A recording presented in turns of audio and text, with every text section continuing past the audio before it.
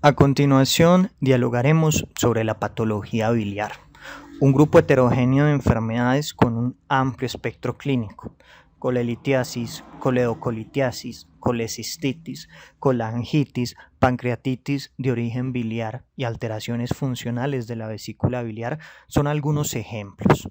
Las enfermedades de la vesícula biliar y las enfermedades de los conductos biliares involucran varias patologías. En pantalla podemos ver un resumen. La colelitiasis se refiere a la formación de cálculos biliares y puede ser asintomática o sintomática. El paciente puede referir la presencia de dolor tipo cólico localizado en el hipocondrio derecho, irradiado a la escápula derecha y el epigastrio. Esto se conoce como cólico biliar. Ecográficamente vamos a encontrar imágenes hiperecogénicas dentro de la vesícula que dejan una sombra acústica posterior, como se ve en pantalla. El manejo de la colelitiasis contempla varios puntos: la modificación del estilo de vida, la modificación de la dieta, la realización de actividad física, la pérdida paulatina, no rápida, de peso, y, si el paciente presenta síntomas, la realización de una colecistectomía. En algunas situaciones particulares se puede contemplar la utilización de agentes farmacológicos específicos. La colecistitis se refiere a la inflamación de la vesícula biliar, que en un 90% de los casos se debe al bloqueo del conducto cístico por un cálculo biliar. Esto se conoce como colecistitis calculosa. Sin embargo, un 10% de las colecistitis son acalculosas y se deben a estados de hipoperfusión que pueden ser comunes en los pacientes críticamente enfermos, por ejemplo, en los sujetos en estado de shock.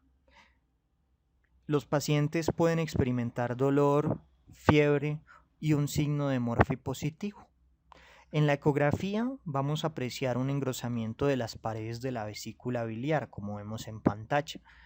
El tratamiento consiste en la utilización de antibióticos y la realización de una colecistectomía a las 24, 48 o 72 horas. Más adelante veremos los protocolos propuestos en la literatura para la realización de estos procedimientos. Si el paciente está críticamente enfermo, se debe considerar la posibilidad de realizar un drenaje mediante colecistostomía.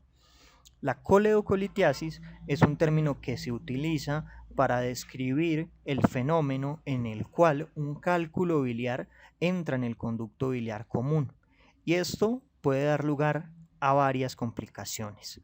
Por ejemplo, puede dar lugar a una colangitis, que es la inflamación del conducto biliar. Puede dar lugar a una pancreatitis asociada a cálculos biliares. La pancreatitis es la inflamación del páncreas y es causada por el bloqueo del conducto pancreático por un cálculo biliar, que lleva a un aumento de la presión intraductal y genera la activación de enzimas pancreáticas inactivadas a través de mecanismos de colocalización. Por ejemplo, el paso del tripsinógeno a tripsina. De igual forma, la coledocolitiasis puede asociarse con otras entidades clínicas como la colangitis, que es la inflamación de la vía biliar. El manejo de la coledocolitiasis abarca la realización de una CEPRE y de una colecistectomía. La CEPRE tiene un rol tanto diagnóstico como terapéutico. La colangitis clínicamente se caracteriza por la presencia de la tríada de Charcot, que está compuesta por fiebre, dolor e ictericia. Y si se acompaña de hipotensión y alteración del estado mental, hablamos de la pentada de Reynolds. El diagnóstico de la colangitis y de la colecistitis se realiza a partir de los criterios de Tokio, que los veremos a profundidad más adelante. Cuando tenemos un ítem A, B y C, podemos hacer un diagnóstico. Pero si tenemos un ítem de A y de B, es una sospecha diagnóstica.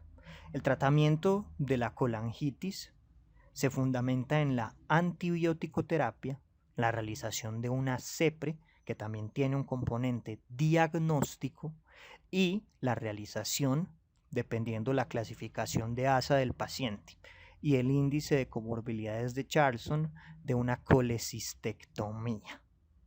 Ahora, en la colangitis podemos encontrar la presencia de pus dentro de las vías biliares y la vía biliar se va a encontrar dilatada.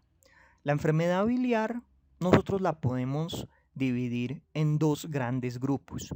La enfermedad biliar no complicada, que por definición es asintomática y no se acompaña de inflamación, y la enfermedad biliar complicada, donde hay fenómenos de obstrucción y procesos inflamatorios. De manera natural, la enfermedad biliar no complicada tiende a virar hacia el desarrollo de síntomas y tiende a evolucionar a una enfermedad biliar complicada. Y cuando hablamos de enfermedad biliar complicada, hablamos de síntomas, siendo el síntoma por excelencia el cólico biliar. Y dentro de la enfermedad biliar complicada encontramos la coledocolitiasis, encontramos la colangitis, encontramos la colecistitis y encontramos la pancreatitis. Es fundamental entonces que hablemos sobre epidemiología de la patología biliar. Y debemos saber que la enfermedad biliar es extremadamente común. En Estados Unidos se estima que el 15% de la población tiene colelitiasis. De igual forma, la colelitiasis y la patología biliar vienen en aumento, debido a que varios factores de riesgo se han incrementado en los últimos años. La obesidad viene en aumento, el síndrome metabólico, la diabetes, entre otras condiciones que sirven como ambiente propicio para el desarrollo de patología biliar. Hay factores de riesgo para la colelitiasis, algunos modificables y otros no modificables. Las mujeres per se tienen más probabilidades de experimentar colelitiasis en relación a los hombres. El embarazo, el aumento de la paridad, la obesidad, la diabetes, el tabaquismo, el sedentarismo, la pérdida súbita de peso, aumentan el riesgo de patología biliar. Ser hispano es otro factor de riesgo y esto lo podemos ver constatado en esta tabla extraída de un trabajo de Wilkins.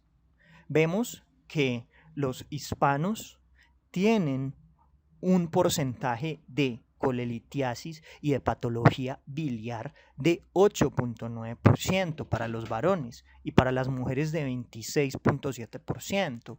Los afrodescendientes para los hombres de 5.3% y para las féminas de 13.9%. Y para los blancos no hispanos, para los hombres de 8.6% y para las mujeres de 16.6%.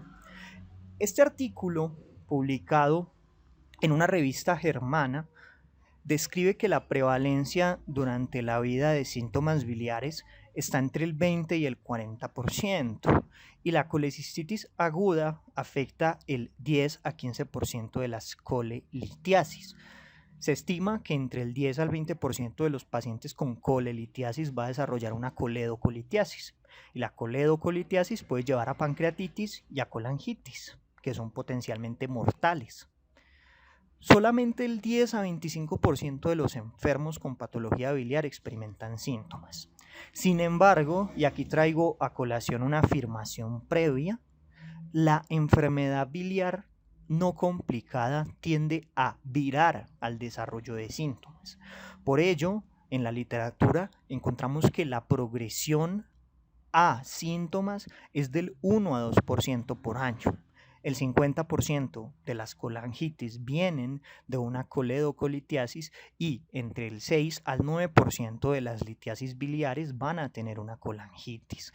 Y algo muy importante es que el riesgo de complicaciones como colecistitis aguda, colangitis aguda y pancreatitis asociada a una anoxia biliar aumentan entre 1 a 3% por año una vez se ha hecho el diagnóstico de colelitiasis en los siguientes 5 años subsiguientes. La enfermedad biliar es multifactorial. Todo lo que afecte la producción hepática de colesterol o altere la función de la vesícula biliar, sea por estasis, por obstrucción o por inflamación, o todo aquello que modifique la producción de ácidos biliares o la absorción intestinal de colesterol, genera riesgo de patología biliar. Y los factores se pueden dividir en factores de riesgo modificables y en factores de riesgo no modificables.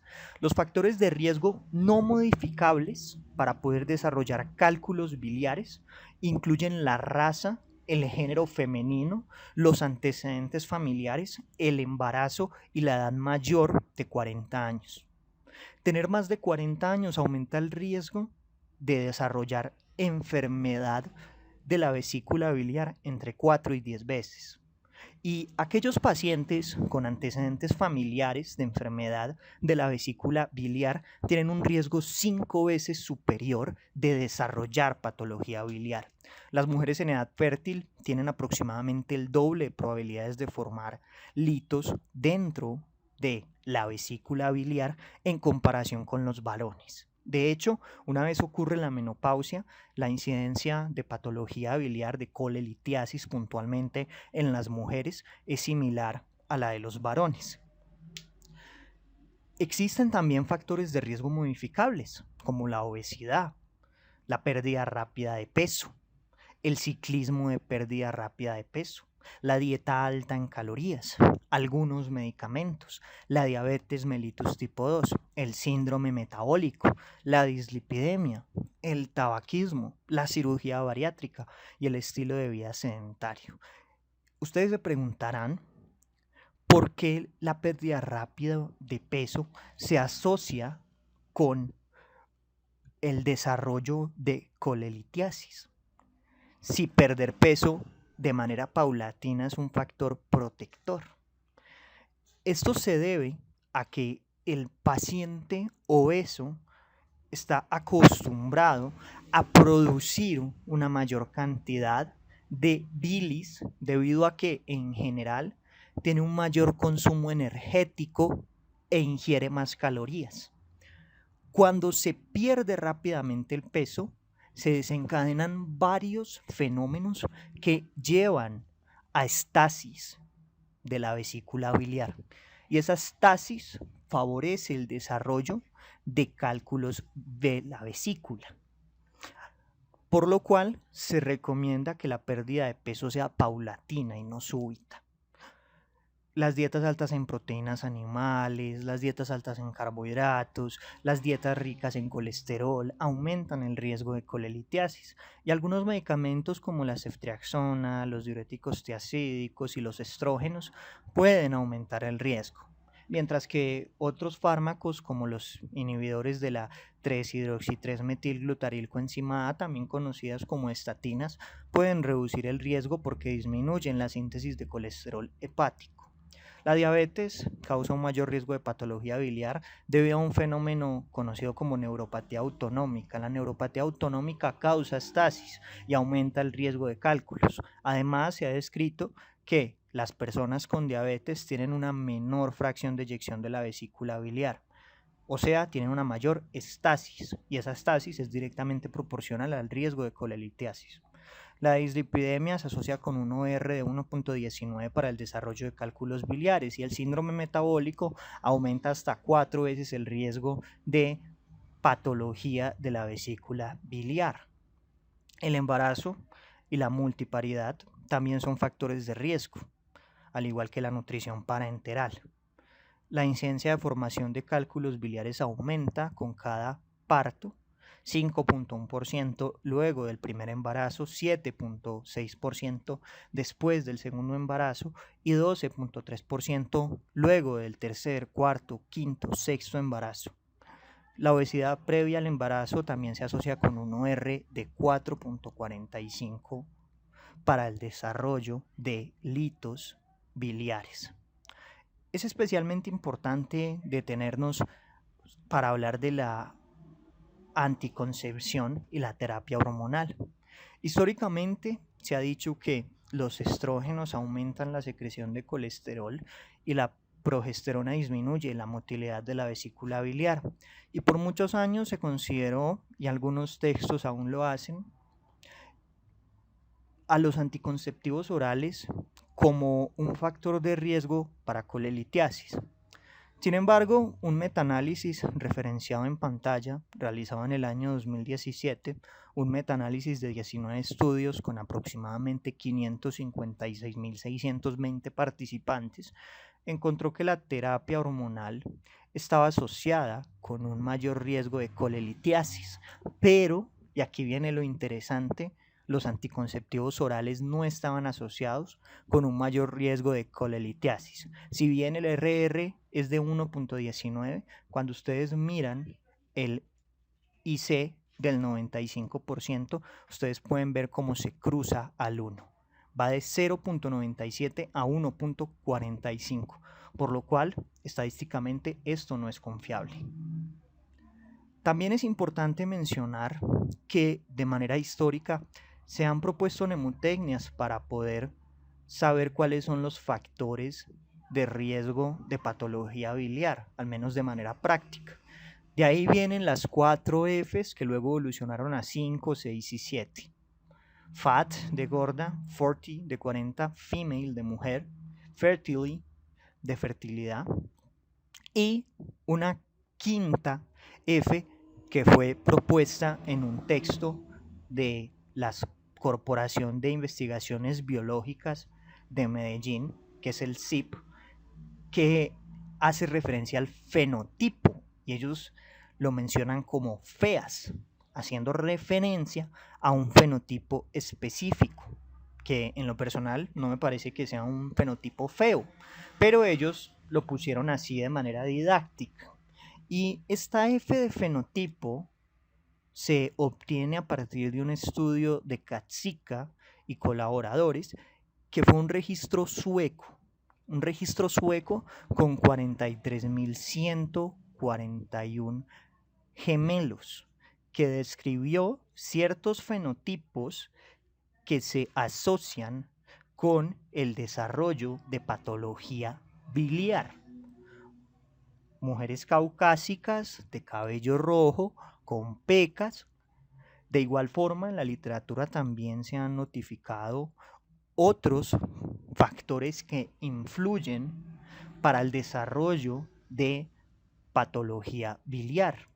Por ejemplo, la enfermedad de Crohn, la fibrosis quística, los mecanismos de absorción alterados en el ciclo enterohepático, los procesos hemolíticos, la eritropoyesis ineficaz, la anemia de células falciformes, la deficiencia de vitamina B12, las gastroctomías con linfadenectomías debido a que pueden dañar el plexo nervioso parasimpático de la vesícula.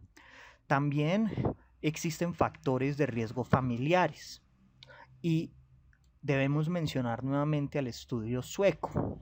El estudio sueco demostró que los factores genéticos son responsables del desarrollo del 25% de los cálculos biliares sintomáticos.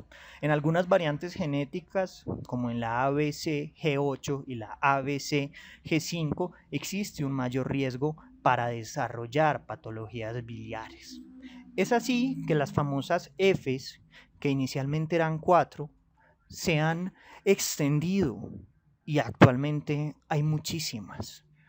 Femenino, fat, fértil, forty, familia, fenotipo, etcétera, etcétera. De igual forma, debemos mencionar que algunas condiciones como la insuficiencia cardíaca aguda, el choque o el uso de catecolaminas aumenta el riesgo de desarrollar colecistitis, pero es una colecistitis acalculosa. El PIP, utilizado en la ventilación mecánica, aumenta la resistencia en la papila de Vater y dificulta la adecuada circulación de la bilis. La nutrición parenteral total también aumenta el riesgo de colecistitis, tanto acalculosa como calculosa. Los opiáceos, en teoría, también. Se ha propuesto la condición socioeconómica como un factor de riesgo, como pueden apreciar en esta publicación de Stinton del año 2012. Sin embargo, la condición socioeconómica como factor de riesgo para la patología biliar es un tema muy controvertido y aún se requieren más estudios. En cuanto a los signos y síntomas de la patología biliar, debemos empezar hablando del cólico biliar. Se caracteriza por ser un dolor de moderado a severo, de inicio repentino en la región epigástrica o el cuadrante superior derecho del abdomen, que alcanza su punto máximo en 1 hora y puede durar hasta 6 horas.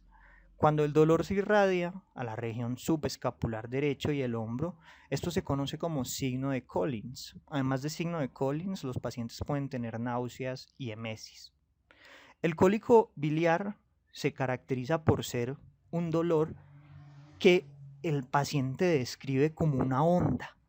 Es un dolor que dura más de 15 minutos en el epigastrio o en el cuadrante superior derecho del abdomen y que, como dijimos, puede irradiarse. Estos pacientes típicamente describen intolerancia a las comidas grasas y en ocasiones pueden presentar fiebre y escalofríos cuando tenemos colangitis o tenemos una colecistitis. El dolor en el hipocondrio derecho tiene una sensibilidad de 56 a 93% para la colecistitis, con una especificidad de 0 a 96%. La presencia de masa en el hipocondrio derecho tiene una sensibilidad de 15 a 19% y una especificidad de 72 a 99%. Y el signo de Murphy tiene una sensibilidad de 62% y una especificidad de 96%. Cuando un cólico biliar dura más de 5 horas y está acompañado de leucocitosis o de fiebre, esto es sugestivo o de colecistitis aguda o de colangitis.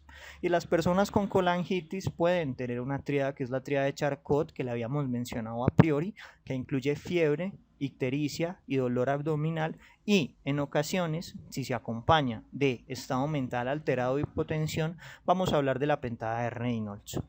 Los pacientes también pueden tener como complicación asociada una pancreatitis secundaria. El hallazgo clásico en el examen físico es el signo de Murphy positivo, pero la falta de un signo de Murphy positivo no excluye el diagnóstico de patología biliar. Estos pacientes pueden tener anorexia, hiporexia, saciedad y esteatorrea. Si la persona tiene colelitiasis complicada, va a tener probablemente fiebre y taquicardia. Y la ictericia en la colelitiasis puede estar o no estar presente. Es interesante entonces mencionar este trabajo realizado por Wilkins. Este trabajo realizado por Wilkins, que lo habíamos referenciado más arriba, describe la sensibilidad y la especificidad, al igual que el LR positivo y negativo, de distintas manifestaciones clínicas y hallazgos en el contexto de la colecistitis aguda.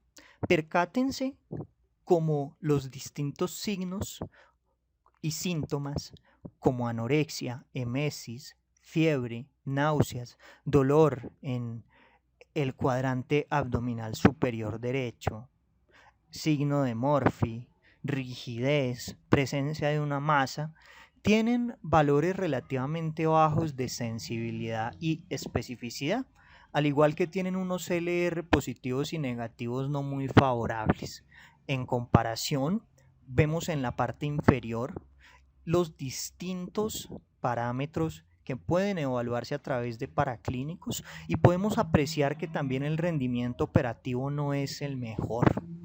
Para poder solucionar esto, se han propuesto algunos criterios diagnósticos, como los criterios de Tokio para colecistitis y los criterios de Tokio para colangitis.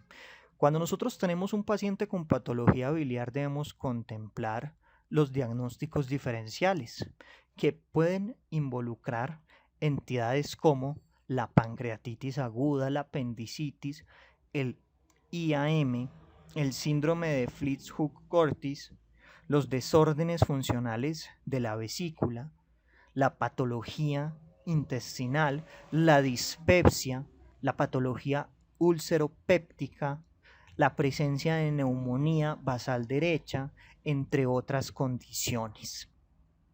Y es importante que nosotros hablemos sobre algunos conceptos básicos, tanto anatómicos como embriológicos, histológicos y fisiológicos. La vesícula biliar es un órgano intraperitoneal con dimensiones longitudinales de 7 a 10 centímetros, un diámetro de 15 centímetros y una capacidad de 30 a 60 mililitros. Se trata de un depósito en forma de pera que se continúa con el conducto hepático y el colédoco a través del conducto cístico. La vesícula se sitúa en la cara inferior del hígado y su función principal es almacenar la bilis. La palabra vesícula biliar viene del latín vesica phylea. Embriológicamente es una estructura que viene del intestino anterior. En la cuarta semana se realiza una evaginación llamada divertículo hepático y la parte superior del divertículo hepático origina el hígado y la parte inferior origina la vesícula. Luego de la semana 13 el colédoco ya es funcional y la vesícula se divide en 3 partes anatómicas, un fondo, un cuerpo y un cuello. El moco que se secreta hacia la vesícula biliar se elabora en las glándulas túbulo-alveolares de la mucosa. Estas glándulas recubren el infundíbulo y recubren el cuello de la vesícula biliar, pero no se encuentran presentes en el cuerpo y en el fondo. Y el moco facilita la entrada de la bilis. También es importante hablar del esfínter de Oddi. El esfínter de Oddi contribuye al adecuado almacenamiento de la bilis en la vesícula en los periodos de inactividad digestiva. La secreción de colecistoquinina, que se secreta luego de la ingesta de ácidos grasos, estimula la contracción del músculo liso vesicular y la relajación del esfínter de Oddi y permite que la bilis pase al duodeno. Durante la digestión, la vesícula se contrae y vacía aproximadamente entre el 50 al 70% de su contenido en un periodo de tiempo que oscila entre los 30 y los 40 minutos. En cuanto al drenaje venoso de la vesícula biliar, este es dado por la vena cística y venas pequeñas que penetran directamente en el hígado. El drenaje linfático es dado por ganglios ubicados en el cuello de la vesícula. La inervación es dada por el nervio vago y ramas simpáticas y parasimpáticas que proceden del plexo celíaco. Y la vesícula biliar se irriga por la arteria cística, que se origina de la hepática derecha o la rama derecha de la arteria hepática propia. La arteria cística se encuentra en relación con el conducto cístico y el conducto hepático común, constituyendo una estructura anatómica conocida como el triángulo de Calot. También es importante mencionar el término triángulo hepatocístico. El triángulo hepatocístico se constituye por el borde hepático del lóbulo hepático derecho, el conducto cístico y el conducto hepático común. Ahora, la vesícula biliar se constituye histológicamente por una mucosa, músculo liso, una serosa y adventicia y por unas estructuras conocidas como los senos de Rokitansky-Achev. La vesícula biliar vacía o con llenado parcial tiene muchos pliegues profundos de la mucosa. La superficie de la mucosa consiste en un epitelio simple, cilíndrico y posee 4 características. La primera característica son abundantes microvellosidades apicales cortas y poco desarrolladas. La segunda son los complejos de unión apicales que unen células contiguas. La tercera son concentraciones de mitocondrias que están ubicadas en el citoplasma basal y apical. Y la cuarta son pliegues laterales complejos. En la mucosa podemos entonces encontrar epitelio cilíndrico simple, células claras, células en cepillo y glándulas tubuloacinares. El músculo liso tiene una disposición oblicua. También es importante mencionar a la lámina propia de la mucosa, que es una capa muy celular que contiene una gran cantidad de linfocitos y plasmocitos y es relativamente semejante al colon. Puede absorber electrolitos y puede absorber también agua. A veces hay glándulas mucosecretoras, en especial cerca del cuello del órgano, pero son más comunes en las vesículas inflamadas. La capa muscular externa posee fibras de colágeno elásticas que son abundantes entre los haces de células musculares lisas y músculo liso relativamente grueso. La contracción del músculo liso reduce el volumen vesicular y esto fuerza la expulsión de su contenido hacia el cístico. La capa de tejido conjuntivo o conectivo está constituida por vasos sanguíneos, tejido conectivo laxo y denso, una red linfática extensa y nervios autónomos que inervan la capa muscular externa y los vasos sanguíneos. En el tejido conectivo hay muchas fibras elásticas y hay adipocitos abundantes. En los sitios donde la vesícula está adherida al hígado recibe el nombre de adventicia. La superficie vesicular que no está unida al hígado recibe el nombre de serosa y contienen tejido conectivo laxo y tejido adiposo, mesotelio y tejido conectivo fibroelástico.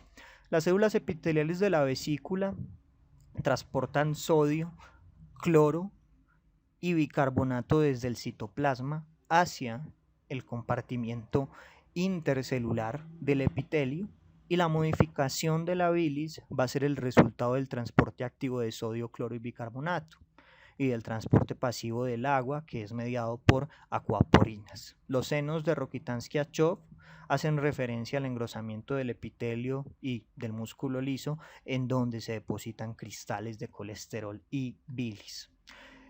Es entonces necesario que hablemos de la composición de la bilis. La bilis se compone en un 95% de agua, también de sodio, potasio, calcio, cloro, sales biliares, proteínas, colesterol, fosfolípidos y pigmentos biliares.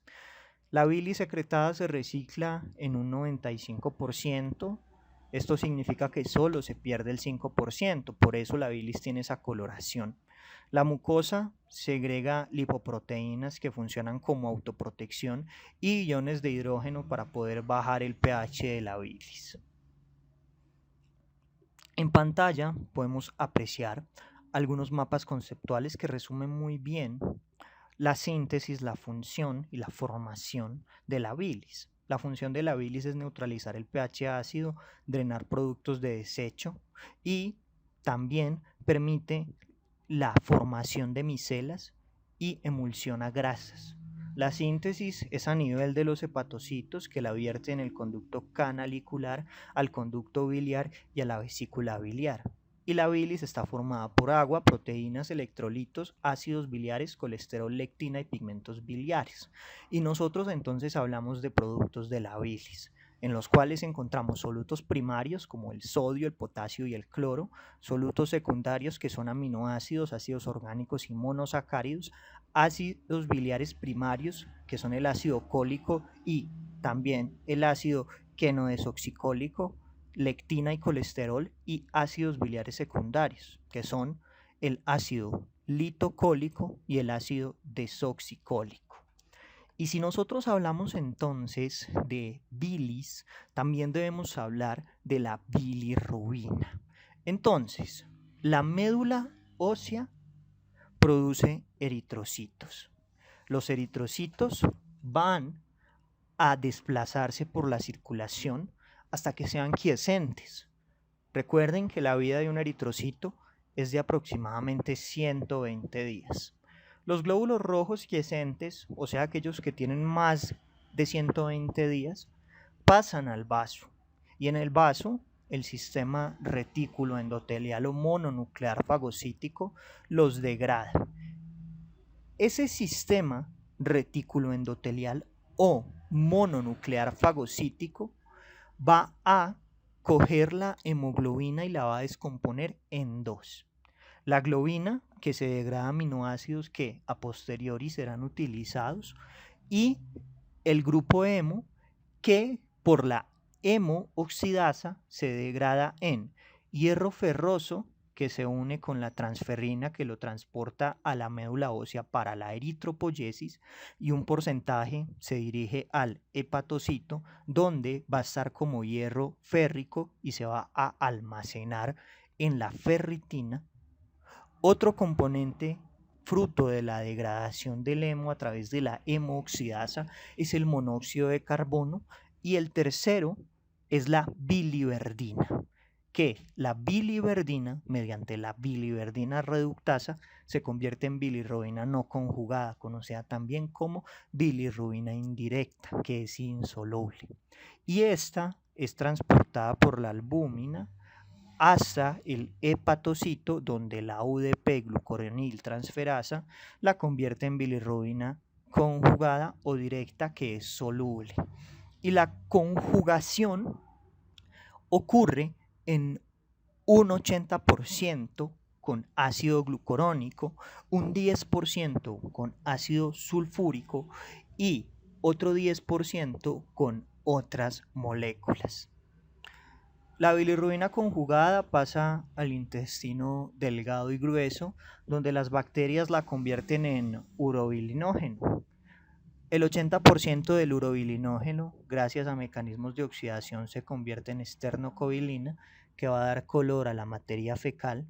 Un 18% pasa a la circulación hepática y un 2% se elimina por vía renal como urobilina, que va a dar ese color amarillo a la orina. Cuando nosotros hablamos entonces de patología biliar, debemos empezar hablando de la colelitiasis. La colelitiasis se asocia con grandes costos para el sistema de salud.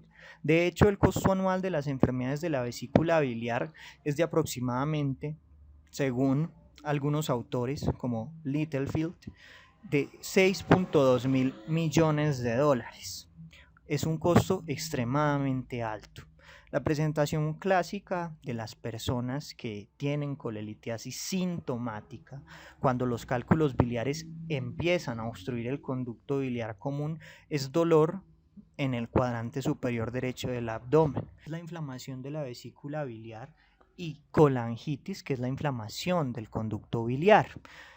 La ultrasonografía es el estándar de oro para el diagnóstico y el manejo va a depender de la gravedad y la presencia de síntomas. Puede recomendarse desde modificaciones en el estilo de vida y la dieta hasta el uso de medicamentos para la disolución de los cálculos biliares, pero si los síntomas se vuelven graves o recurrentes, se recomienda la colecistectomía, idealmente por un abordaje laparoscópico. Bueno, cuando nosotros entonces hablamos del diagnóstico de la colelitiasis, vemos que el diagnóstico de la colelitiasis es un diagnóstico que va a tener un componente clínico, un componente paraclínico y un componente imagenológico. Podemos solicitar hemograma, función hepática, amilasa, lipasa, prueba de embarazo, test de guayaco y análisis de orina. Esto nos va a ayudar con el diagnóstico y también con los diferenciales. Recuerden que una complicación de la colelitiasis es la pancreatitis. En cuanto a los paraclínicos, para diagnosticar colelitiasis o para diagnosticar complicaciones asociadas a la colelitiasis, vale la pena mencionar a la bilirrubina total por encima de 2 miligramos decilitro, que tiene una sensibilidad de 40% y una especificidad del 93% para colecistitis, mientras que la fiebre tiene una sensibilidad entre 31 a 62% y una especificidad entre 37 y 74%. El ultrasonido, como mencionamos, es el gold estándar para el diagnóstico de la patología biliar. Para colelitiasis tiene una especificidad de 98% y una sensibilidad de 95% y da falsos negativos en el 1 a 4%. El ultrasonido sirve para poder diagnosticar colecistitis aguda. Hallazgos como un engrosamiento de la pared de la vesícula biliar, y hablamos de un engrosamiento de la vesícula biliar cuando la pared tiene un diámetro de 4 o más milímetros. Cuando encontramos una vesícula biliar agrandada o cuando encontramos líquido alrededor de la vesícula biliar o líquido pericolecístico. En algunas ocasiones o en algunos contextos se puede contemplar la realización de una gamografía hepatobiliar de ácido iminodiacético. Sin embargo, esto no se hace de manera rutinaria. Y otras pruebas diagnósticas que pueden solicitarse para los diferenciales son la radiografía de tórax en caso de que se sospeche una neumonía basal derecha y el electrocardiograma de 12 derivaciones para poder descartar un infarto agudo de miocardio.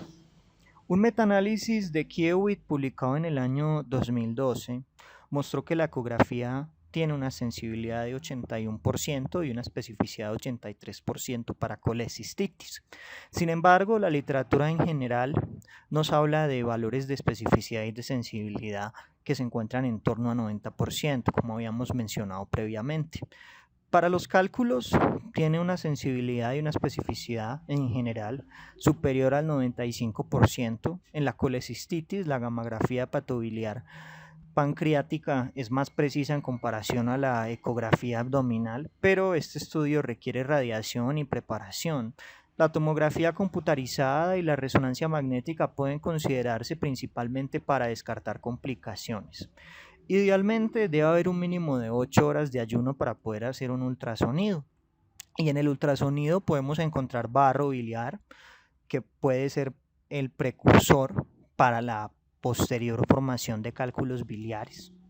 Y la colecistitis aguda la vamos a sospechar siempre que encontremos un engrosamiento de la vesícula biliar, 4 milímetros o más, una vesícula biliar agrandada o líquido alrededor de la vesícula biliar, también conocido como líquido pericolecístico.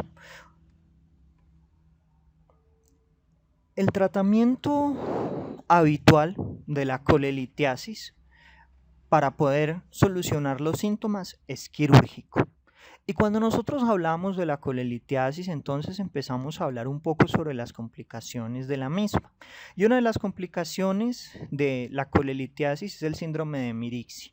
El síndrome de Mirici es una complicación que aparece en aproximadamente el 1% de los pacientes con colelitiasis y se debe a la impactación de un cálculo en el infundíbulo de la vesícula o el cístico que comprime el conducto hepático común y que puede llegar a erosionarlo y puede generar una fístula colecisto-coledoquiana.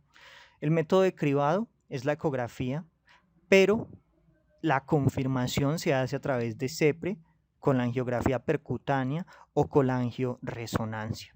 Y el tratamiento habitual del síndrome de Mirici es quirúrgico, además, claramente, de la eliminación de los factores desencadenantes como inflamación o impactación de la colelitiasis. La CEPRE puede ser útil. Se ha propuesto la terapia con colangioscopia peroral, que puede ser una alternativa al manejo quirúrgico, pero esto va a depender de la experiencia que tenga el médico en particular. Sin embargo, se necesita de una colecistectomía y eso es algo que es claro. En el síndrome de Mirici se puede ver una vesícula biliar contraída con una vía biliar intrahepática y un conducto hepático común dilatados. Y el calibre del conducto biliar común va a ser normal. La tag abdominal puede ser útil para descartar malignidad y la colangiografía preoperatoria sirve para confirmar el diagnóstico y determinar la presencia de una fístula colecisto-coledoquiana. En la CEPRE se va a ver una obstrucción del conducto hepático común, colelitiasis impactada en el cuello de la vesícula biliar o en el conducto cístico y fístulas biliobiliares. Existe una clasificación del síndrome de Mirici que fue propuesta por Sendes. La original no contemplaba 5A y 5B, posteriormente se modifica, siendo el síndrome de Mirici tipo 1 la compresión extrínseca de la vía biliar por un cálculo impactado en la vesícula, el tipo 2, una fístula colecistobiliar que involucra 1/3 de la circunferencia de la vía biliar, el 3, una fístula colecistobiliar que involucra 2/3 de la circunferencia de la vía biliar. Un 4, una fístula colecistobiliar que involucra toda la circunferencia de la vía biliar. 5, cualquier tipo más fístula colecistoentérica. 5A, sin hilio biliar. Y 5B, asociada a hilio biliar. Cuando nosotros hablamos de complicaciones de la colelitiasis, hablamos también de la colecistitis, la coledocolitiasis, la colangitis y la pancreatitis biliar. Y en este sentido es importante que nosotros mencionemos otra complicación de la colelitiasis, que es la presencia de hilio biliar. El hilio biliar se refiere a la obstrucción intestinal mecánica secundaria al impacto intraluminal de un lito y es una complicación de la colelitiasis por una comunicación al tubo digestivo que permite la migración del lito. Rara vez ocurre por el paso natural a través de la vía biliar por alteraciones del esfínter de Oddi. La primera descripción del hilio biliar fue hecha en el año 1645 por Bartolín y se describió en el curso de una autopsia. En 1940 el London Medical Gazette publica la primera fístula colecistoduodenal y describe un cuadro obstructivo al quedar impactado un lito en algún segmento del tracto gastrointestinal. Esta condición es responsable de entre 1 a 4% de todas las obstrucciones intestinales mecánicas. Se puede encontrar la tríada de Mordor, de ahí a que Sauron aparezca con la mano extendida, que consiste en historial de litiasis vesicular, signos clínicos de colecistitis y obstrucción intestinal, o se puede encontrar la tríada de Rigler, que fue escrita en el año 1941 por Bormann, Noble y Rigler y consiste en oclusión intestinal, cálculo biliar en alguna porción del intestino y neumobilia, como podemos ver en esta imagen. La flecha negra señala la aerobilia, la flecha blanca muestra la litiasis biliar, en este caso en el ilion terminal, y podemos apreciar donde está el arterisco signos que son compatibles con obstrucción. La colecistitis aguda es causal del 3 a 10% de los episodios de dolor abdominal en los servicios de emergencias. Y la colecistitis aguda es una inflamación multifactorial de la vesícula biliar. Aproximadamente el 90% de los casos son desencadenados por colelitiasis y un 10% son acalculosas. El riesgo de colecistitis es directamente proporcional a la edad, la dieta rica en carbohidratos, el sedentarismo y las grasas, y existen variantes genéticas que se asocian con alteraciones en el transporte del colesterol. Clínicamente se caracteriza por dolor tipo cólico que se ubica en la parte superior derecha del abdomen, que dura más de 6 horas, por fiebre o leucocitosis, y puede ir acompañado de edema de la pared de la vesícula, que se puede visualizar en la ecografía asociado a un signo de Murphy positivo o un signo ecográfico de Murphy positivo. En el año 2009, Eberhard publicó un estudio en el que mostró que los costos asociados con enfermedad biliar superan los 1.9 mil millones de euros anuales solo en Alemania y 6.5 mil millones de dólares en Estados Unidos, y la colecistectomía es una de las operaciones más comunes del mundo. Un 10% de las colecistitis, como dijimos, son acalculosas y se vinculan con el cuidado del paciente críticamente enfermo, ya que están asociadas con inestabilidad cardiovascular y se pueden asociar también con inmunodeficiencias. En pantalla podemos ver la sensibilidad y especificidad del LR positivo y negativo de distintas pruebas. Ultrasonido, sensibilidad de 81%, especificidad de 83%, LR positivo de 4.8 y negativo de 0.2. La colicintigrafía con una sensibilidad del 96%, especificidad del 90%, un LR positivo de 9.6 y negativo de 0.04.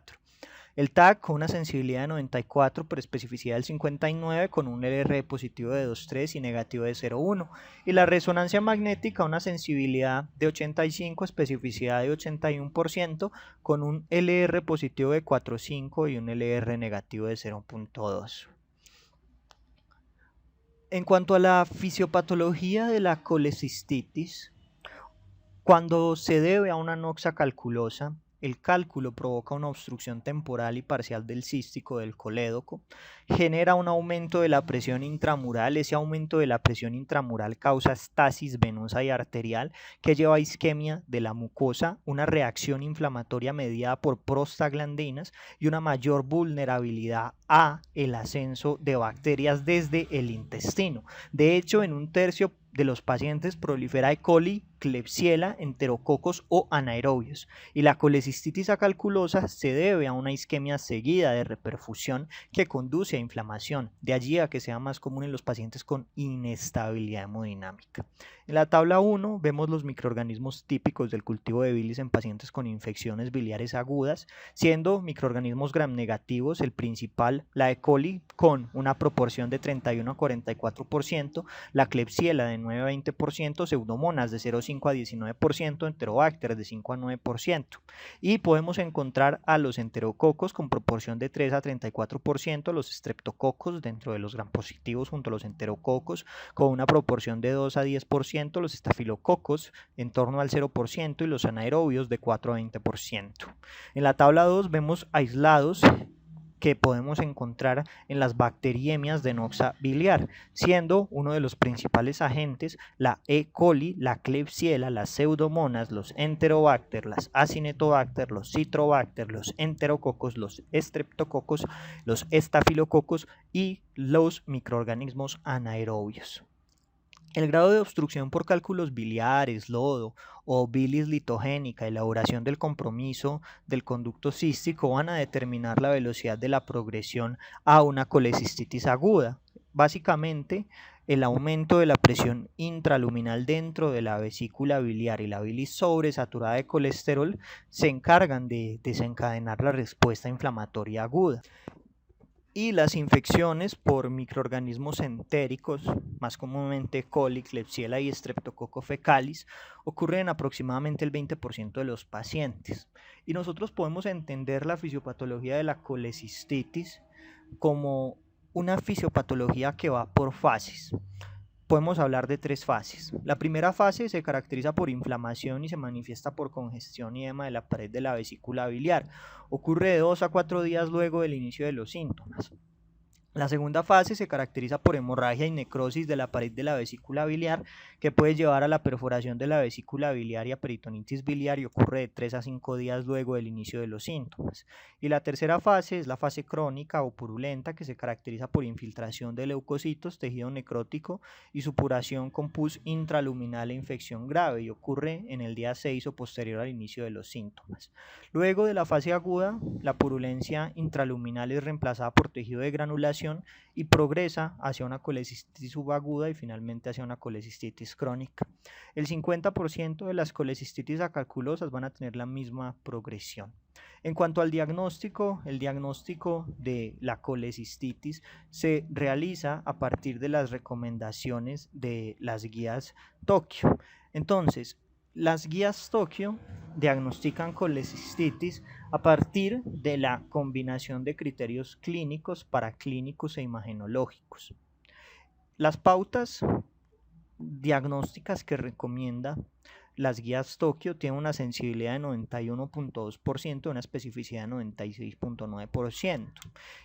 La clasificación de gravedad de la colecistitis aguda puede realizarse mediante varios sistemas de puntuación. Las pautas Tokio de 2018 diferencian especialmente entre un proceso inflamatorio local, uno focalmente avanzado y uno sistémico. Entonces, el diagnóstico de la colecistitis se hace a partir de signos locales de inflamación como signo de Murphy positivo, dolor o masa en el cuadrante abdominal superior derecho, signos sistémicos que sería el ítem B, fiebre, elevación de la PCR o leucocitosis y hallazgos imagenológicos característicos de colecistitis. Si tenemos un ítem de A, B y C, el diagnóstico es definitivo, y si tenemos un ítem de A y B, el diagnóstico es una sospecha. Y nosotros podemos entonces graduarlo como vemos en esta tabla extraída de un artículo germano. El grado 1 es leve y se refiere a una colecistitis aguda en un paciente saludable sin disfunción orgánica, solo con cambios inflamatorios leves en la vesícula biliar. El grado 2 es moderado, son los pacientes con colecistitis que se acompaña de leucocitosis por encima de 18.000, masa palpable en el cuadrante superior derecho del abdomen, un cuadro mayor de 72 horas, inflamación local, peritonitis biliar, absceso perivesicular, absceso hepático, colecistitis gangrenada y colecistitis enfisematosa. Y el grado 3 hace referencia a una colecistitis grave, es una colecistitis aguda que se acompaña por disfunción de algún órgano o algún sistema. Puede ser disfunción cardiovascular, haciendo referencia a una hipotensión que requiere tratamiento con algún vasopresor o con un inotrópico, disfunción neurológica dada por una disminución del nivel de conciencia, disfunción respiratoria dada por una PAFI menor de 300, disfunción renal dado por oliguria o dado por una elevación de los azoados, creatinina mayor de 2, disfunción hepática dado por una prolongación de los tiempos de coagulación o del INR por encima de 1.5 o disfunción hematológica dado por la presencia de trombocitopenia por debajo de 100.000. Acá podemos entonces apreciar algunas alternativas o al métodos diagnósticos para la colecistitis con sus respectivas especificidades, sensibilidades y lo que deberíamos encontrar. Vamos a empezar entonces con el ultrasonido. El ultrasonido permite encontrar la presencia de litos o barro, de fluido pericolecístico, de distensión de la vesícula o de edema de la pared. Acá podemos apreciar la sensibilidad y especificidad por Gallagher en un artículo publicado en JAMA, una revisión del año 2022. En cuanto a la tomografía se recomienda sobre todo para el diagnóstico de la colecistitis enfisematosa. Es una recomendación 2 con nivel D. Este tipo de colecistitis la vamos a encontrar en procesos inflamatorios generados por bacterias aeróbicas. Las colecistitis enfisematosas se asocian con una mayor tasa de perforación. La tomografía nos podría permitir apreciar distensión de la vesícula, alteraciones de la pared. También nos podría permitir encontrar fluido pericolecístico y vemos que tiene una sensibilidad de 94% por una especificidad de 59%. La scintigrafía patobiliar tiene una sensibilidad de 96 y especificidad de 90, y la resonancia magnética una sensibilidad de 88%, una especificidad de 89%. Permite ver litos, permite ver engrosamiento de la pared de la vesícula, que en resonancia se define como una engrosamiento mayor de 3 milímetros, distensión de la vesícula que se define como más de 40 milímetros, fluido pericolecístico o fluido alrededor del hígado. En cuanto a la coledocolitiasis ocurre porque el cálculo pasa al conducto biliar común. El tratamiento actual de los cálculos en las vías biliares es la CEPRE y en algunos casos la colecistectomía laparoscópica. La colangitis y la sepsis son comunes en pacientes con coledocolitiasis. Los pacientes desarrollan fácilmente estas complicaciones cuando ocurre una obstrucción de la vía biliar, porque facilita la formación de una biopelícula bacteriana. Y también puede asociarse con pancreatitis. Se asocia con alteraciones en los niveles de AST, ALT, fosfatasa alcalina, bilirrubinas totales a expensas de la directa y elevaciones de la GGT. El ultrasonido sigue siendo la prueba diagnóstica de elección. Se va a ver un colédoco de más de 7 milímetros, el TAC, la colangioresonancia, la endosonografía y la CEPRE también pueden ser útiles. Recuerden que la CEPRE permite la realización de papilotomías y permite también la realización de procedimientos terapéuticos. Es importante entonces que nosotros revisemos siempre los predictores de coledocolitiasis que fueron planteados por la Sociedad Americana de Endoscopia Gastrointestinal. Se sabe que los pacientes con alto riesgo tienen una probabilidad estimada de tener coledocolitiasis de más del 50%. ¿Y cuáles son esos predictores fuertes? La presencia de un lito en el conducto biliar común, la presencia de clínica compatible con una colangitis ascendente, una bilirrubina total mayor de 4 o una dilatación del conducto biliar común. Los criterios de riesgo intermedio son anormalidades en las pruebas hepáticas, una edad de más de 55 años o una dilatación del conducto biliar común, y la ausencia de predictores clasificaría al paciente como un paciente con bajo riesgo para desarrollar una coledocolitiasis. En los pacientes con alto riesgo se recomienda proceder con una CEPRE. En pantalla podemos apreciar la sensibilidad, especificidad y LR positivo y negativo de algunas pruebas diagnósticas en el contexto de la coledocolitiasis. Podemos apreciar entonces que en este contexto particular el ultrasonido tiene una sensibilidad de 73 y una especificidad del 91%, la TAC una sensibilidad de 77, una especificidad de 72%, la resonancia magnética sensibilidad de 93 y especificidad de 94, la endosonografía una sensibilidad de 94, especificidad de 95%, la CEPRE una sensibilidad de 83 y una especificidad de 99, la colangiografía intraoperatoria una sensibilidad de 99 y especificidad de 99, el ultrasonido laparoscópico una sensibilidad de 95% y una especificidad de 100%, y la colangiografía transhepática percutánea una sensibilidad y una especificidad de 95%. La bilis es normalmente estéril, pero cuando se infecta por migración ascendente o bacteriemia portal ocurre colangitis. Existen varios mecanismos protectores para prevenir la infección en los conductos biliares. En condiciones normales, la bilis puede fluir libremente, eliminando las bacterias hacia el duodeno. La migración de las bacterias desde el intestino delgado hacia los conductos biliares está impedida por el esfínter de Oddi. Las sales biliares pueden suprimir la reproducción bacteriana. Además, el epitelio en el árbol biliar segrega IgA y mucosidad para actuar como mecanismos antiadherentes, mientras que las uniones estrechas y las células de Kupffer evitan la translocación hacia el sistema venoso portal. Cuando hay obstrucción, estos mecanismos defensivos se rompen. La presión intraductal aumenta debido a la estasis de bilis, ya que aumenta la distensión de las uniones estrechas, funcionan mal las células de Kupffer y se disminuye la producción de IgA. Además, el reflujo colangiovenoso que permite el acceso de patógenos a los canalículos hepáticos, las venas hepáticas y los linfáticos facilita que pueda haber una translocación. Todo esto lleva a bacteriemia, endotoxemia y finalmente a una respuesta inflamatoria sistémica. La colangitis en esencia se debe entonces a la disrupción de los mecanismos de defensa. El principal microorganismo involucrado con la colangitis ascendente es la E. coli, en un 25 a 50%, y hay varias causas que generan obstrucciones en el conducto biliar, como la coleocolitiasis, el cáncer de páncreas, las metástasis, los tumores hepáticos portales, el síndrome de Mirizzi, etcétera, etcétera.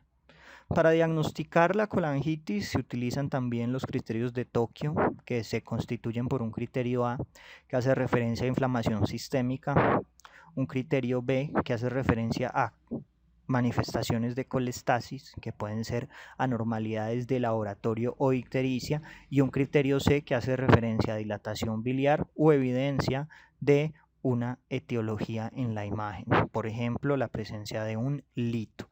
El diagnóstico se sospecha con un ítem de A o de B o con un ítem A y C, y el diagnóstico definitivo es con un criterio de cada uno. Para diagnosticar con ultrasonido una colangitis aguda se verá estenosis y obstrucción, dilatación de la vía biliar, dilatación del colédoco, que tiene una sensibilidad de 42 y una especificidad de 96, y litiasis de la vía biliar, que tiene una sensibilidad de 38%, una especificidad del 100%. Aquí podemos ver los ítems que son considerados como alteraciones paraclínicas en pantalla o como signos de inflamación sistémica en el caso de leucocitos, en el caso de la PCR y en el caso de anormalidades en las pruebas de función hepática. La colangitis también se gradúa en grado 1, grado 2 y grado 3. Grado 3 cuando se acompaña de alguna disfunción orgánica. Grado 2 cuando el paciente tiene leucocitos por encima de 12.000 o por debajo de 4.000 sin signos de grado 3. Cuando tiene fiebre por encima de 39, más de 74 años, hiperbilirrubinemia con una bilirrubina total por encima de 4.9 o igual o mayor a 5, hipoalbuminemia, y grado 1 cuando no tenemos criterios para poder clasificarla como un grado 2 o como un grado 3. A continuación dialogaremos sobre el manejo de las distintas patologías biliares, empezando con las más benignas hasta las más complejas.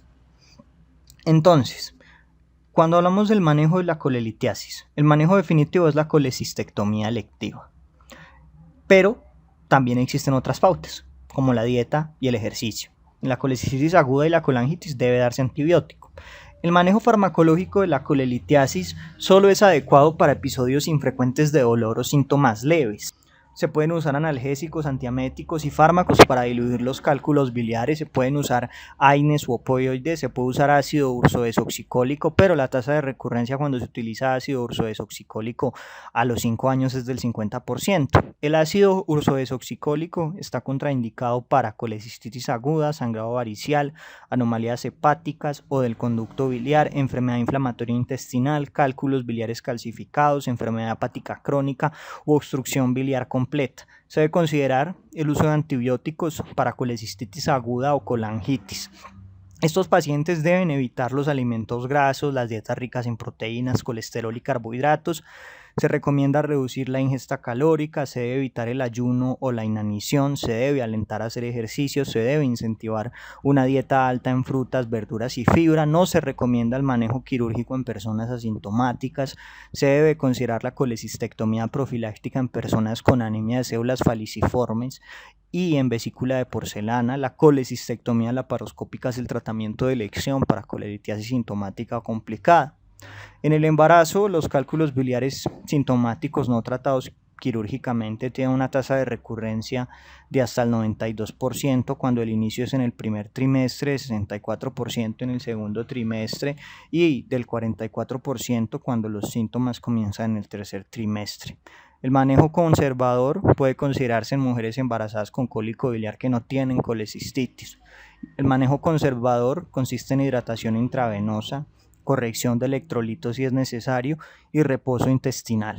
En las mujeres embarazadas no se recomienda la utilización de AINES porque pueden aumentar el riesgo de aborto espontáneo al comienzo del primer trimestre. Más tarde, en el embarazo, los AINES se asocian con un mayor riesgo de cierre prematuro del conducto arterioso, fetal y oligohidramnios.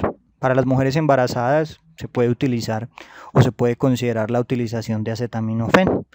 En mujeres sintomáticas con coleocolitiasis, la CEPRE es el estándar de oro. También se debe considerar que existen indicaciones muy estrictas para el manejo farmacológico y solo se recomienda en cálculos únicos menores de 5 milímetros, en cálculos de colesterol y en pacientes que tengan una vesícula biliar funcional. Además, algunos estudios no han mostrado realmente la utilidad del ácido ursodesoxicólico, por lo cual realmente su utilidad es muy cuestionada. En cuanto a la coleocolitiasis, en los pacientes con pancreatitis aguda y colangitis aguda, se debe hacer una CEPRE urgente menor de 24 horas. Si el paciente no tiene colangitis, la CEPRE urgente no está indicada. Puede realizarse una CEPRE terapéutica antes de la colecistectomía. Y en algunos casos se puede considerar la colocación de stent biliares o la realización de una CEPRE más una ColeLab. En algunas ocasiones se va a tener que hacer una derivación bilioentérica. En la colecistitis acalculosa y calculosa se debe controlar el proceso infeccioso e inflamatorio. Se deben dar líquidos y analgésicos. La buprenorfina segura, aunque los AINES pueden aliviar el dolor con menos efectos como náuseas, y se debe dar antibiótico. El antibiótico tiene como objetivo limitar la reacción inflamatoria sistémica y local, especialmente en los casos de tratamiento quirúrgico tardío. En pacientes sépticos que requieren una cirugía de emergencia, la administración inmediata de terapia antibiótica empírica mejora la supervivencia. El tratamiento definitivo claramente es la colecistectomía y en los pacientes críticos y comórbidos significativos se puede optar por una colecistostomía temporal. La terapia antibiótica posoperatoria es necesaria en colecistitis aguda severa, peritonitis intraoperatoria o reacción inflamatoria sistémica. Se recomienda siempre el análisis microbiológico y el cultivo de bilis. ¿Por qué? Ya que el 20% de los microorganismos asociados con estos procesos son resistentes. Se debe contemplar entonces regímenes basados en penicilinas. Se debe contemplar la utilización de cefalosporinas como cefazolina, cefotiam, cefuroxime, ceftriaxona o cefotaxime con metronidazol. También existen estrategias basadas en carbapenémicos como ertapenem, regímenes basados en monobactámicos como el astrionam con metronidazol, pero se utiliza en colecistitis y colangitis grado 3, y existen también regímenes basados en fluoroquinolones. La elección del antibiótico en cuestión va a depender del grado de la colecistitis y la colangitis. También es importante que nosotros hablemos sobre el manejo quirúrgico, y en este orden de ideas debemos mencionar el estudio ACDC. Lo primero que debemos mencionar es que se prefiere la colecistectomía laparoscópica. Los pacientes sometidos a cirugía mínimamente invasiva tienen menor mortalidad posoperatorio, menor morbilidad y una estancia hospitalaria más corta. Por ende, se puede afirmar que la colecistectomía laparoscópica temprana es la terapia de elección para los pacientes que son candidatos. En cuanto a tiempo, debemos hablar del estudio ACDC. El estudio ACDC fue un estudio multicéntrico con 618 pacientes. Aleatorizaron 304 para cirugía a las 24 horas de ingresa y 314 para cirugía diferida, entre 7 a 45 días. En este estudio la tasa de morbilidad fue del 11.8% en el temprano y de 34.4% en el diferido.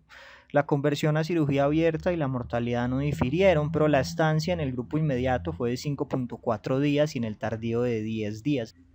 La colecistectomía subtotal es una alternativa en la colecistitis complicada con situación quirúrgica compleja.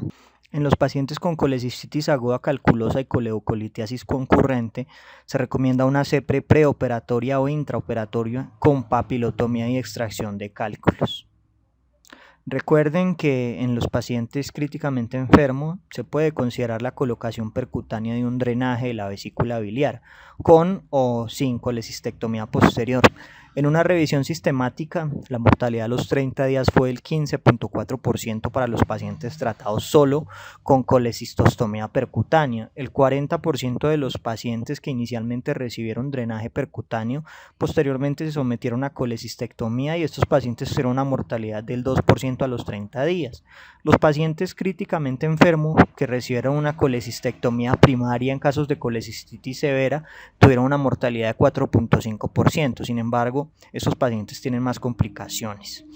En la colangitis y la pancreatitis aguda por coleocolitiasis obstructiva se debe realizar una CEPRE rápido, ya que es una emergencia endoscópica. Los pacientes con colecistitis leve o moderado que son tratados conservadoramente tienen fallo terapéutico en el 20 a 25% de los casos. En los casos de colecistitis aguda calculosa que inicialmente fueron tratados con éxito de manera conservadora, el 45% de los pacientes luego requiere una colecistectomía, y en las colecistitis acalculosas la tasa de recurrencia con manejo conservador es del 3%. El riesgo de recurrencia de cálculos biliares luego de una colecistectomía oscila entre el 1 al 3%. En pantalla podemos apreciar un resumen sobre las recomendaciones de manejo de la colecistitis dependiendo si es complicada o no complicada a partir de lo que plantea Gallagher en una publicación del año 2022. También debemos mencionar el estudio Chocolate. El estudio Chocolate fue un estudio multicéntrico, aleatorizado, controlado de superioridad que se realizó en hospitales de Países Bajos. Se hizo de febrero del 2011 a enero del 2016. Se realizó con 142 pacientes de alto riesgo con colecistitis litiásica aguda que fueron asignados aleatoriamente a colecistectomía laparoscópica, que fueron 66 pacientes, o drenaje con catéter percutáneo, que fueron 78 pacientes. El riesgo alto era un Apache de 7 o más puntos. Este estudio concluyó prematuramente. La tasa de muerte no difirió estadísticamente, pero clínicamente sí. Estamos hablando de 3% frente a 9%, aunque tenga una P de 0.27. Ocurrieron complicaciones importantes en el 12% de los pacientes con colecistectomía versus 75% del drenaje percutáneo. 66% requirieron reintervención en la colecistostomía versus 12% en la colecistectomía. La enfermedad biliar recurrente ocurrió en el 53% de la colecistectomía versus 5% en el grupo de colecistectomía, y la mediana de estancia hospitalaria fue de 9 días en el grupo de colecistostomía frente al grupo de colecistectomía, donde fue de 5 días. También es importante mencionar que para saber si un paciente puede ser sometido de manera segura a una cirugía, se puede evaluar el índice de Charson y la clasificación de ASA. Lo que recomienda la literatura es que en grado 1 y grado 2, las guías Tokio de 2018 recomiendan la laparoscopia como método de elección para la realización de una colecistectomía temprana, siempre y cuando los pacientes tengan un índice de Charson menor o igual a 5 o un ASA menor o igual a 2, y en el grado 3 se puede hacer con criterios estrictos en centros avanzados cuando se tiene un Charson menor o igual de 3 y un ASA menor o igual de 2. Las guías Tokio 2018 recomiendan el drenaje biliar temprano urgente seguido de una laparoscopia como método de elección para la realización de una colecistectomía diferida una vez que la condición general del paciente haya mejorado. Aunque la diferencia entre la colecistectomía laparoscópica y la colecistectomía abierta no sea estadísticamente significativa, todas las academias de medicina recomiendan que se opte por una colecistectomía laparoscópica sobre una colecistectomía abierta. La laparoscopia no es la opción recomendada si el paciente tiene una disfunción orgánica significativa por los motivos que hemos descrito previamente. En pantalla podemos apreciar los algoritmos de manejo planteados por las guías Tokio 2018 para el manejo de la colecistitis. Hablamos de colecistitis grado 1 o leve, donde se recomienda la realización de una colecistectomía laparoscopia temprana y se deben dar antibióticos y soporte general. En el grado 2 se dan antibióticos y cuidados generales. Se debe considerar la realización de una colecistectomía laparoscópica urgente temprana y en algunos casos se puede diferir. Se puede considerar la colecistectomía diferida precedido de un drenaje de la vesícula.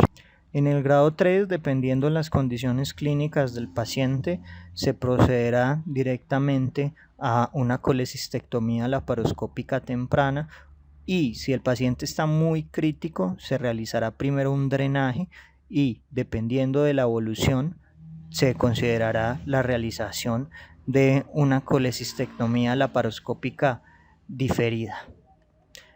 Entonces, en cuanto a la colecistitis, el manejo claramente se va a fundamentar en los soportes que vemos acá.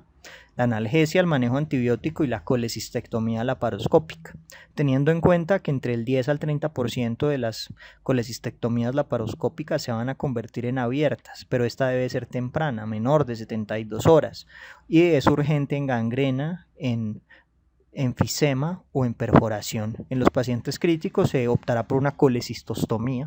La colecistostomía percutánea se puede utilizar en colecistitis acalculosa y tiene una efectividad del 85 al 90%, pero en enfisematosa, gangrenosa o en perforación es urgente la colecistectomía.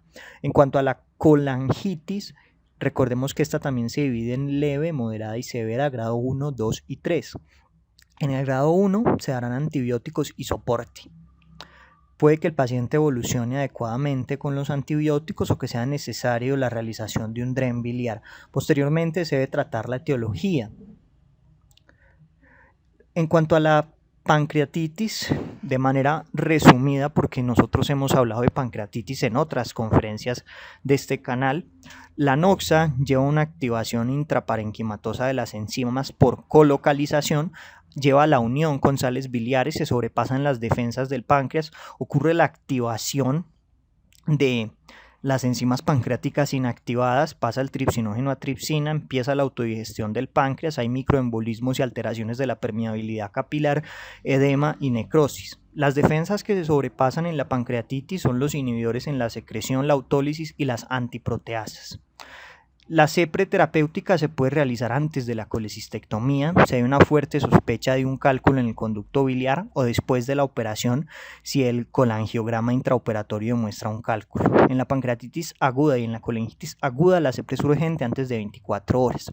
Si el paciente no tiene colangitis o coledocolitiasis, la CEPRE urgente no está indicada, pero puede realizarse antes de la colecistectomía. En los pacientes con pancreatitis aguda pero evidencia equívoca de cálculos en las vías biliares, como mejoran las pruebas de enzimas hepáticas o resolución del dolor, se recomienda la colangiopancreatografía por resonancia magnética o la endosonografía y se podría considerar la realización de una CEPRE. La colecistectomía debe realizarse después de la recuperación en todos los pacientes con pancreatitis por cálculos biliares, incluidos aquellos que se han sometido a una esfenterotomía endoscópica. En pancreatitis leve, la colecistectomía se puede realizar dentro de 7 días posteriores a la recuperación y en la misma hospitalización, y en pacientes que han tenido pancreatitis necrosante grave, la colecistectomía debe retrasarse hasta que la inflamación activa disminuya y las acumulaciones de líquido se resuelvan o estabilicen. La falta de realización de una colecistectomía se asocia con un riesgo de 25 a 30% de pancreatitis aguda recurrente, colecistitis o colangitis dentro de 6 a 18 semanas. También recuerden que como diagnóstico diferencial existen los desórdenes biliares funcionales. Acá podemos apreciar los criterios Roma para dolor biliar, para trastorno funcional y para trastorno del esfínter biliar. En conclusión, en pacientes femeninas mayores de 40, obesas, multíparas, terapia anticonceptiva, diabetes, dislipidemia, sedentarismo y demás factores de riesgo con dolor en hipocondrio derecho, debemos sospechar patología biliar. Existen factores protectores como dietas ricas en grasas monoinsaturadas, fibras, alimentos ricos en ácidos omega 3, como aceite de oliva y pescado, frutas, verduras, suplementación con vitamina C, café, actividad física de estatinas pueden ser protectoras. La presencia de la tríada de Charcot o la pentada de Reynolds es indicativa de colangitis. La ecografía es el estándar de oro para la patología biliar. La colecistectomía es el tratamiento de elección en la patología biliar. En colecistitis se debe considerar la colecistectomía a las 24, 48 o 72 horas. La colecistostomía será una alternativa en el paciente crítico. En la coledocolitiasis la CEPRE y el uso de stent puede ser una alternativa, y en colangitis empleará CEPRE y antibiótico terapia. Muchas gracias.